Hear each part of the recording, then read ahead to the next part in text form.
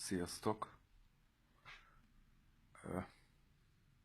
Nem is tudom, hogy mondjam el, egy kicsit hülye dologgal szembesültem.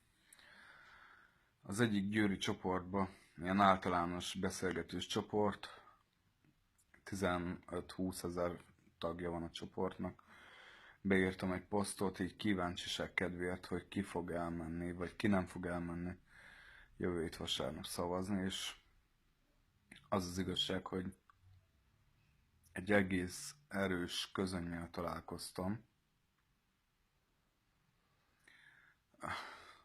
Nagyon idegesítő dolog, mert nem számítottam rá, hogy ennyi komment érkezik olyan irányba, hogy ő nem megy előtt, nem érdekli.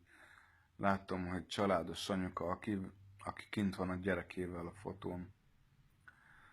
Nem tudom, valahogy most egy olyan lehetőséget kéne megragadnunk, kedves ismerőseim, barátaim, hogy a szomszédainkhoz átmenni és meggyőzni őket, hogy miért menjenek el szavazni.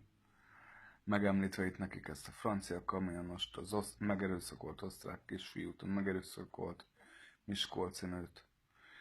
Valahogy el kell vinnünk az embereket szavazni, és meg kell értetnünk velük, hogy ez nem politikai ügy, hanem nemzeti ügy.